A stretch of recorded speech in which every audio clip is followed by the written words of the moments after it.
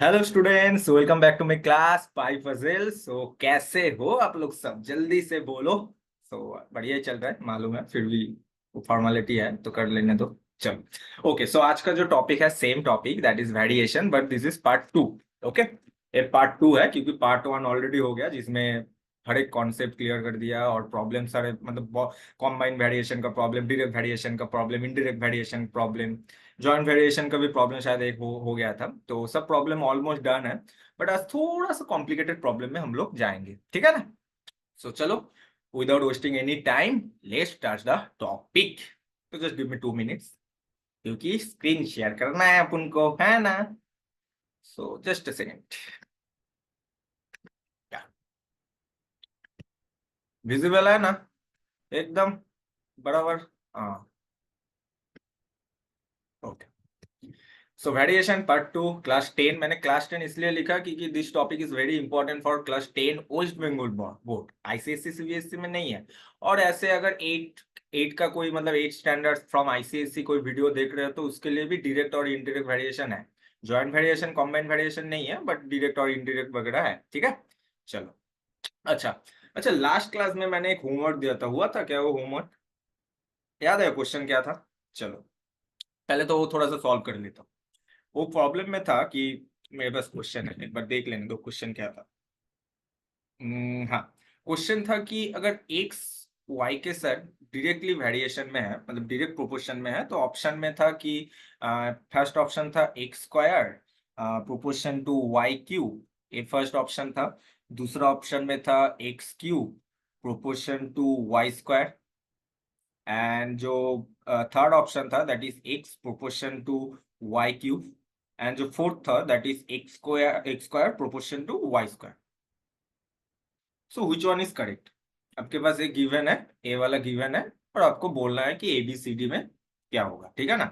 चलो, देख लेता हूँ। अच्छा सर, अगर X directly variation to Y है तो we can write X by Y equals to K, directly, है ना। के आपका कांस्टेंट ऑफ वेरिएशन, और you can say variation constant, और यू कैन आल्सो से कि कांस्टेंट ऑफ प्रोपोर्शनलिटी, कुछ भी आप बोल सकते हो, ठीक है ना। अच्छा, अभी एक काम करो। देखो, इसमें एक्स क्यूब है और कुछ है स्क्वायर है, तो either you have to square both side और either you have to cube both side. तो पहले स्क्वायर कर लेता हूँ, उसके बाद अगर नहीं मिल रहा है तो मैं क्यूब भी करूंगा, ठीक है। तो बोथ साइड में अगर स्क्वायर कर दोगे, so you will be getting X square plus X square by Y square equals to K square. Now, मैंने क्या बोला था, ऐसा सिनेरियो में क्या अप्लाई करना है? रेशियो प्रोपोर्शन का है कि componendo dividendo. Componendo dividendo, you have to use componendo dividendo, componendo dividendo. Okay, अभी तो बहुत क्लियर हो जाएगा। अच्छा, चलो देखो, तो ये जो K square plus one divided by K square minus one है, this is also a constant. So you can say कि sir this is M. Okay, so can you write X square plus Y, अच्छा अच्छा अच्छा अच्छा, हाँ ठीक है, चलो कोई बात नहीं, divided by X square minus Y square equals to M. बहुत बढ़िया। बट सर ये क्या आ रहा है सर, समझ में नहीं आ रहा, ऑप्शन से तो मतलब लेना देना नहीं है कुछ। फिर से कंपोनेंट डिविडेंड, अरे आप भी ना। हाँ चलो, फिर से कंपोनेंट डिविडेंड यूज कर दो, ठीक है। फिर से you have to use componendo dividendo. अभी कंपोनेंटो डिविडेंडो क्या है वो मैंने लास्ट क्लास में भी बोल दिया था, अभी तो देख लेना लास्ट, मतलब जो वीडियो था उसमें मैंने कंपोनेंटो डिविडेंडो क्या है वो भी थोड़ा सा एक्सप्लेन कर दिया। ये आपका दूसरा टॉपिक का पार्ट है, रेशियो प्रोपोर्शन का। आप लोगों को आता है, बट फिर भी मैंने एक्सप्लेन कर दिया था, ठीक है।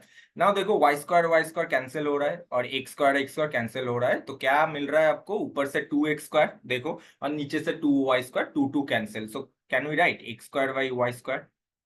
और ये भी आपका कांस्टेंट ही है, दूसरा कांस्टेंट ले लो सर, कोई बात नहीं। So can we write X square equals to N into Y square. Ultimately क्या मिल रहा है? अरे मिल गया है, हाँ एकदम। कौन सा ऑप्शन करेक्ट है? Option D. Option D is the correct answer. हो गया था ना, ये लास्ट क्लास का होमवर्क वाला क्वेश्चन है, ठीक है। अच्छा, now moving to the next question, आज का जो फर्स्ट क्वेश्चन है, चलो देख लेते हो क्या है। अरे बाप रे, फिर से प्रूफ है, बड़ा इजी प्रूफ है। फिर से देख लो क्या प्रूव है, X cube plus Y cube अच्छा डायरेक्ट है तो डायरेक्ट हम भी डायरेक्ट लिख देंगे अभी। हाँ डायरेक्ट डायरेक्ट वेरिएशन में है तो डायरेक्ट लिख दो चलो। इक्वल्स टू के। सर अब बार बार के क्यों लिख रहे हो? कोई मतलब के फिक्स्ड है क्या? अरे नहीं नहीं, मैं लिख रहा हूँ, मेरा हैबिट हो गया क्या के लिखने का। आप लोग ABC कुछ भी लिख सकते हो। मैंने बोला ना कि XY का बात हो रहा है, वो XY छोड़ के आप कुछ भी लिख दो, बाकी जो 24 अल्फाबेट है आपके पास कुछ भी लिख दो उसमें से। ठीक है ना? चलो तो x³ क्या यूज करना है? क्या क्या क्या? कॉम्पोनेंटो डिविडेंड। देखो आप लोगों को अभी समझ में आ गया। ठीक है ना? कॉम्पोनेंटो डिविडेंडो, कॉम्पोनेंटो डिविडेंडो, कॉम्पोनेंडो डिविडेंडो।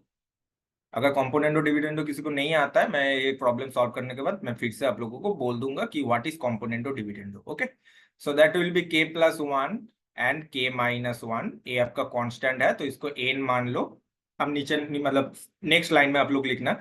अच्छा देखो, y³ कैंसिल, x³ कैंसिल, ऊपर से 2x³ in numerator and 2y³ in denominator, 2 will be cancel out. Okay, तो अल्टीमेटली जो मिल रहा है that will be x³ / y³ equals to n। अच्छा अभी क्यूब अगर एलिमिनेट करोगे तो राइट हैंड साइड में वो क्यूब रूट हो जाएगा ना। So can you write x/y equals to cube root of n। ऐसे ही होना चाहिए। और a भी तो एक कांस्टेंट है ना, इसका भी नाम दे दो, चेंज कर दो, p दे दो। चलो ठीक है, फिर से कॉम्पोनेंट ऑफ डिविडेंड यूज करो, x+y और डिवाइडेड बाई x-y, और इस साइड में हो जाएगा p+1 डिवाइडेड बाई p-1। तो ये भी आपका कांस्टेंट है, फिर से कांस्टेंट है। सो मान लो कांस्टेंट मान लो। एम भी एम हुआ क्या ना? एम नहीं लिखा, चलो। हाँ और एक चीज, अगर एक कांस्टेंट एक बड़ी अप लिखना, ठीक है? अगर एम लिख दिया तो एम छोड़ दो, जैसे मैंने के लिख दिया के छोड़ दो, एन लिख दिया एन छोड़ दो, दूसरा कुछ लिखना। ठीक है? So x+y equals to M, मैंने एम लिखा, इसको पूरा एम लिख दिया इसको। हाँ, M into x-y। So ultimately you will get x+y proportion to x-y। हो गया, प्रूफ खत्म। ठीक है ना? अच्छा देखो, कॉम्पोनेंटो डिविडेंडो कुछ नहीं है, मान लो आपके पास a/b है इक्वल्स टू c/d है। सो कॉम्पोनेंटो according to the componendo dividendo क्या होता है, ये ऊपर मतलब दोनों एक साथ, अगर कॉम्पोनेंटो कर रहे हो तो ऊपर होगा। ठीक है? मतलब एडिशन वाला चल रहा है a+b। और कॉम्पोनेंटो डिविडेंडो अगर एक साथ यूज करोगे तो a-b नीचे भी करना पड़ेगा। सिमिलरली अगर कॉम्पोनेंटो डिविडेंडो राइट साइड में करोगे तो c+d और नीचे करोगे तो c-d। मतलब क्या हो रहा है, लेफ्ट साइड में जो कर रहे हो तो राइट साइड में भी मतलब आपको वही करना है। ठीक है ना? So that is all about the componendo dividendo. ये सिर्फ मतलब आप लोगों के लिए है। ठीक है? चलो moving to the next question. Okay, देखो चलो इसको थोड़ा सा नीचे लेकर आता हूँ। हाँ, यही जो क्वेश्चन है ना, ये अभी कॉम्बाइंड वेरिएशन का क्वेश्चन है। अच्छा क्वेश्चन है, कॉम्बाइंड वेरिएशन का स्टेटमेंट बेस्ड प्रॉब्लम है। अच्छा, तो मैंने क्या बोला था स्टेटमेंट बेस्ड प्रॉब्लम में? फर्स्ट आइडेंटिफाई की इसमें क्या क्या क्वांटिटी के बारे में बात कर रहे हैं। ठीक है? जैसे मान लो फार्मर हो गया। ठीक है, मैं तो अभी उतना लिखूंगा नहीं। जैसे मान लो फार्मर हो गया, ये आपका 80 बीघा, 80 बीघा, 18 बीघा, मतलब मान लो कि टोटल क्वांटिटी ऑफ लैंड, मतलब कितना लैंड आप कल्टीवेट कर रहे हो। तो मैं अभी बीघा ही लिख रहा हूँ, B. Okay, B for bigha and number of day. चलो ओके, तो तीन आपके पास ऑब्जेक्ट है।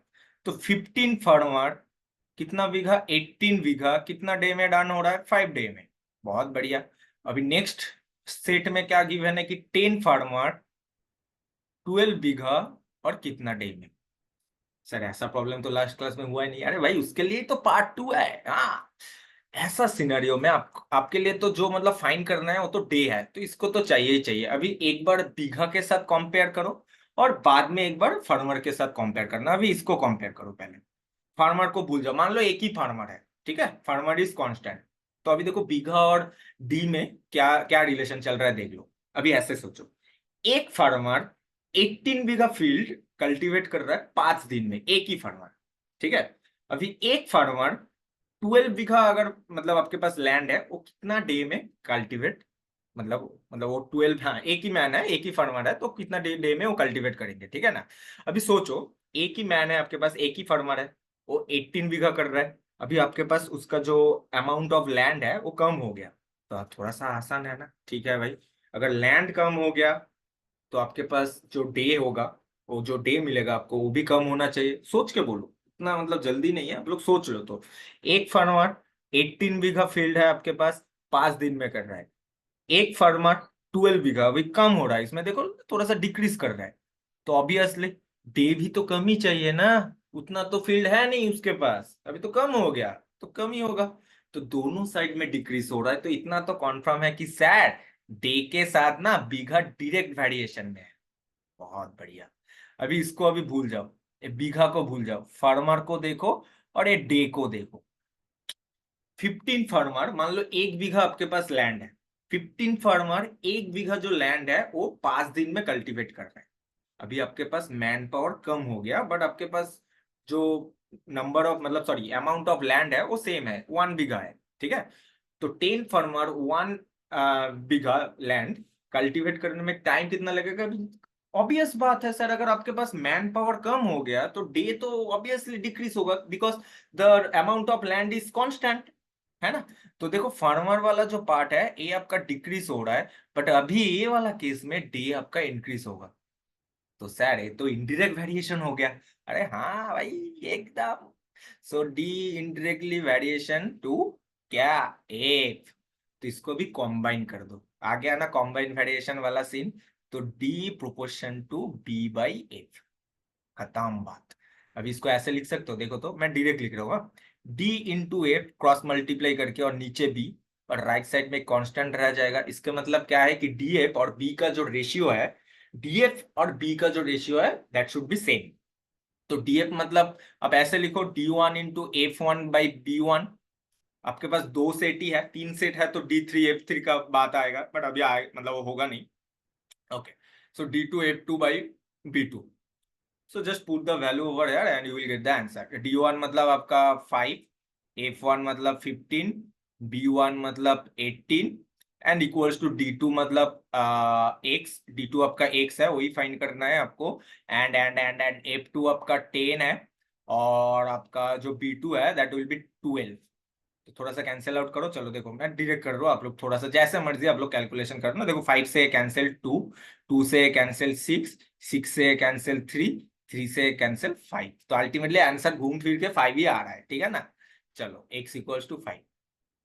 तो 15 फार्मर 18 बीघा लैंड 5 दिन में कल्टीवेट कर रहा है, सेम 10 फार्मर 12 बीघा लैंड 5 दिन में कल्टीवेट कर रहा है। आपका आंसर क्लियर है?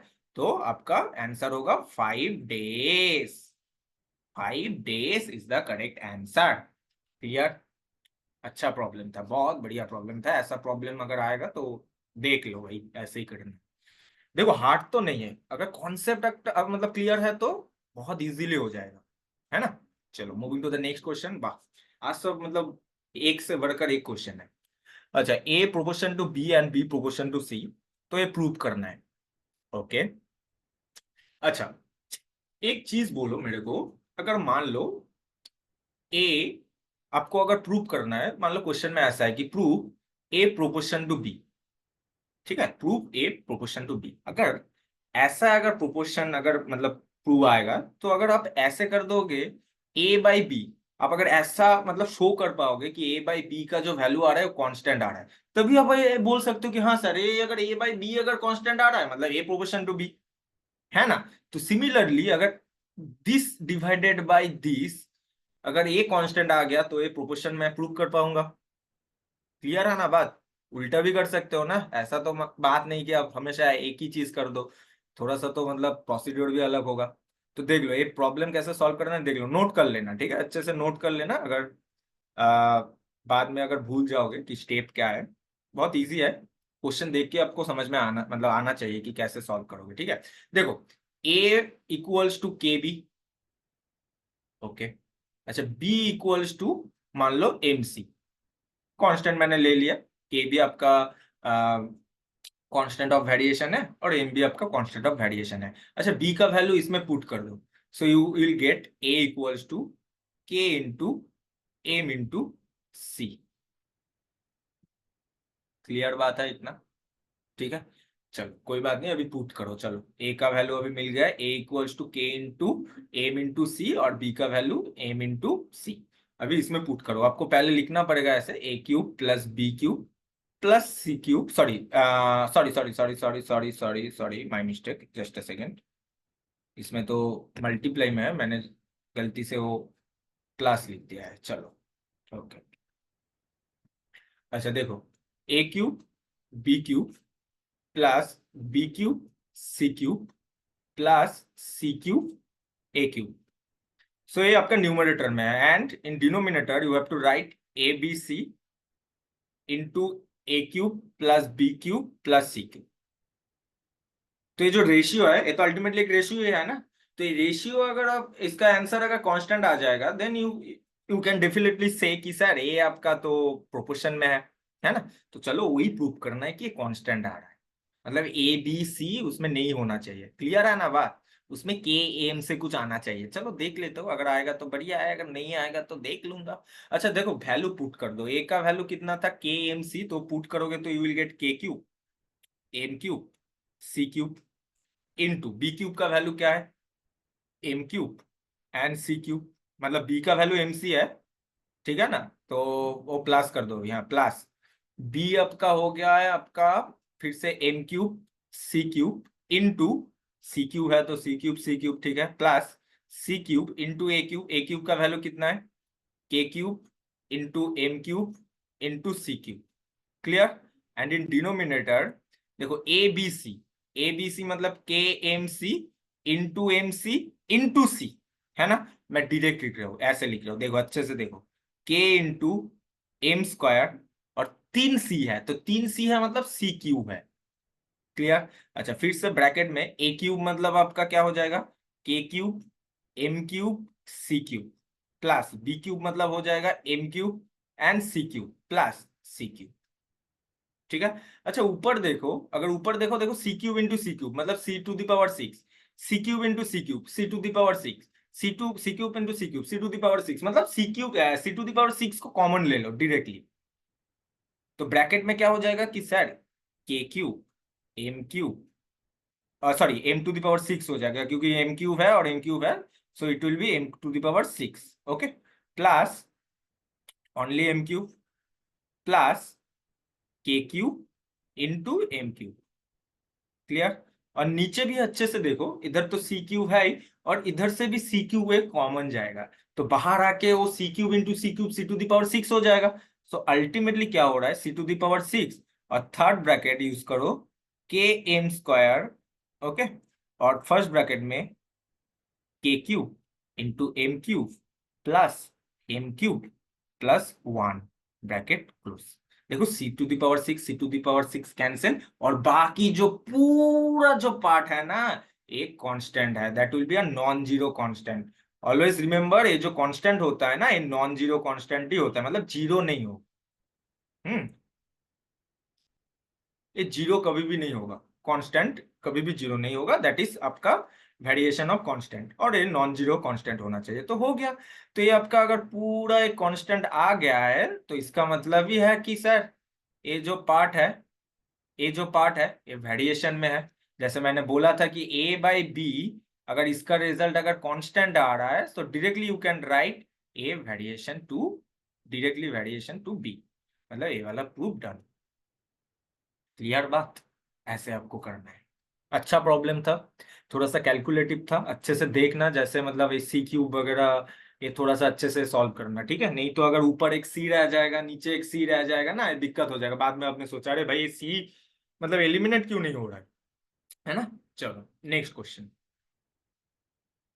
Okay, so volume of a cylinder is in joint variation with square of length of radius of base and its height ratio of radius of base of two cylinder. Okay, okay, okay, and ratio of heights. Okay, देखो दो चीज तो given है, पहले जो जो given है वो लिख लेता हूँ। एक तो आपका रेडियस का रेशियो गिवन है, मतलब R1/R2 गिवन है, दैट विल बी 2/3, और गिवन है आपका हाइट का ratio, that will be H1/H2 equals to 5/4।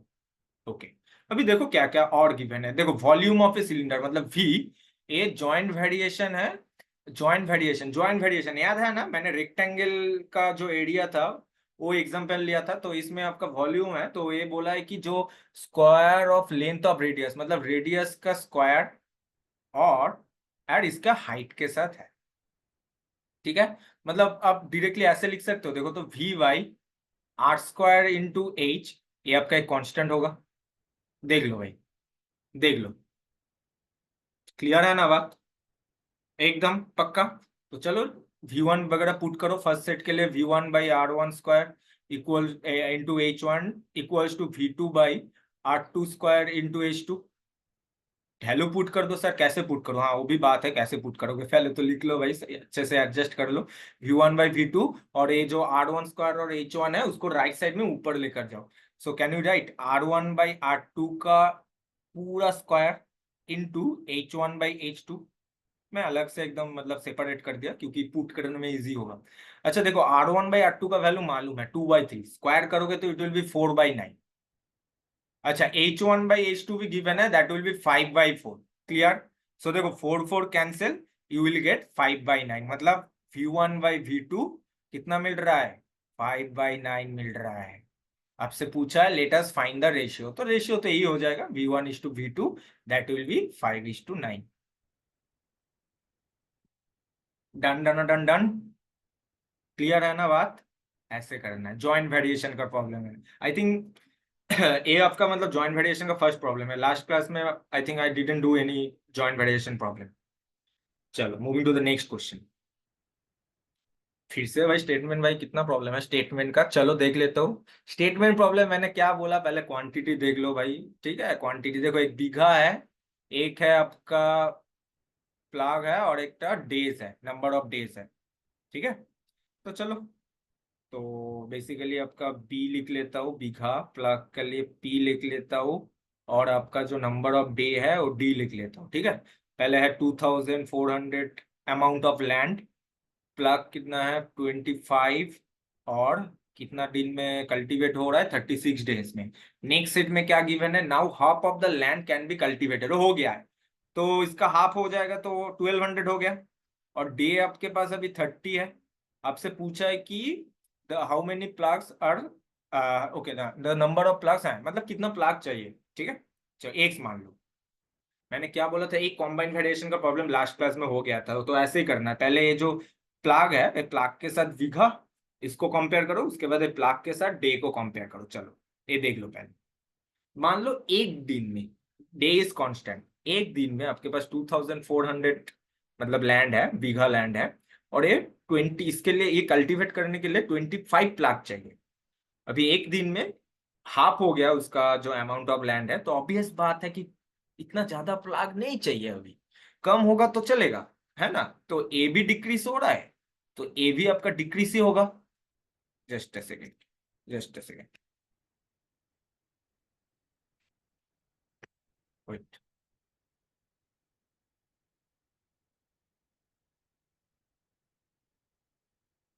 Wait a minute, कहा गया भाई? ये तो हो गया था।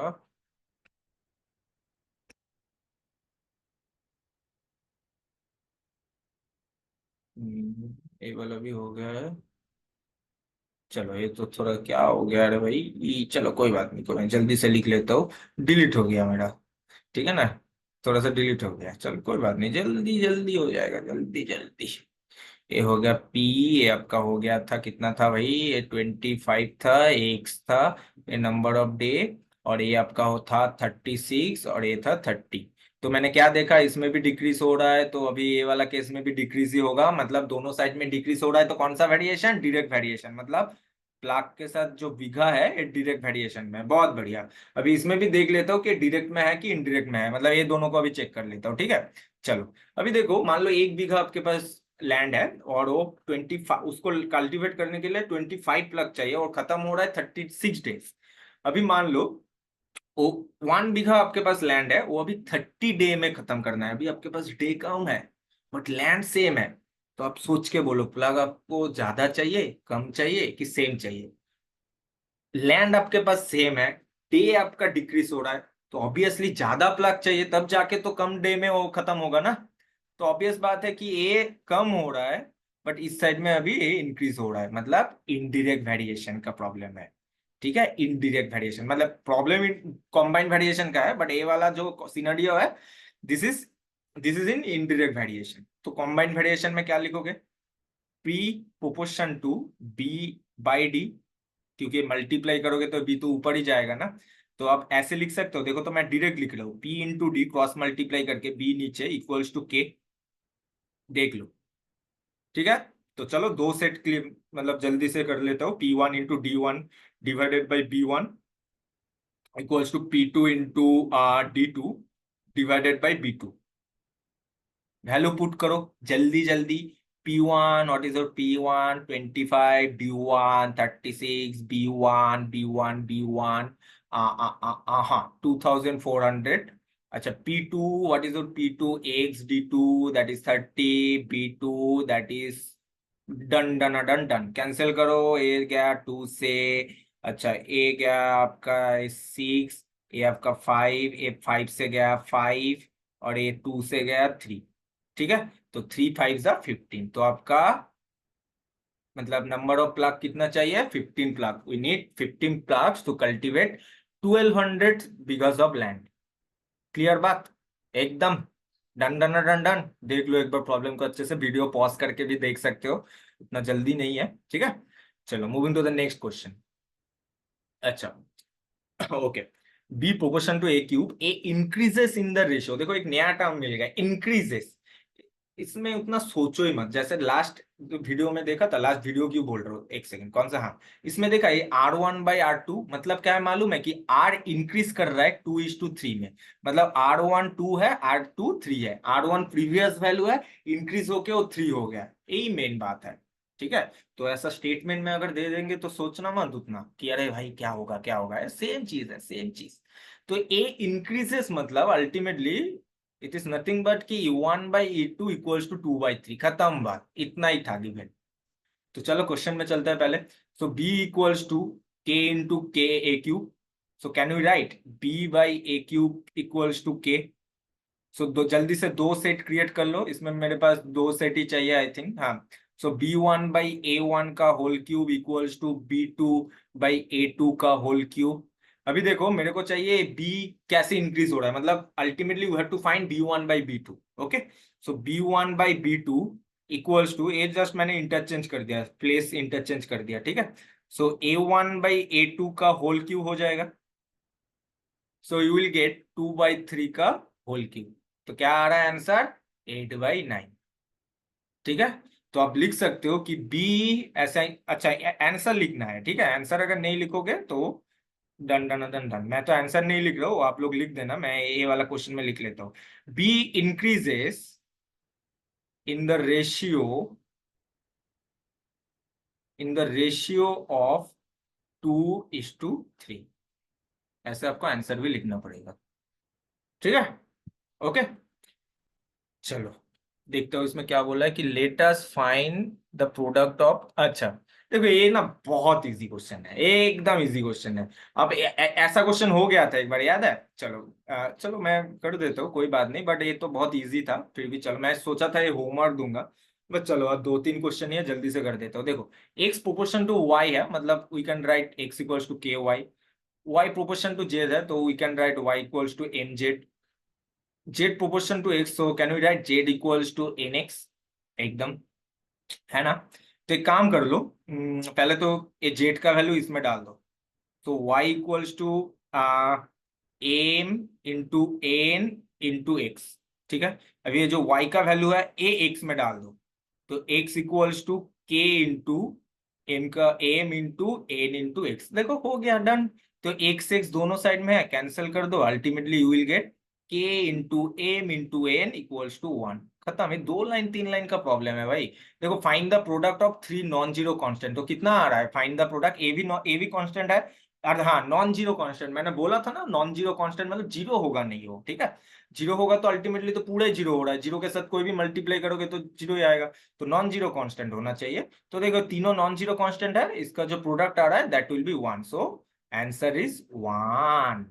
Answer is 1। ओके, चलो ओके, नेक्स्ट प्रॉब्लम क्या बोला है कि if X proportion to Y square. अच्छा find the relation between X and Y.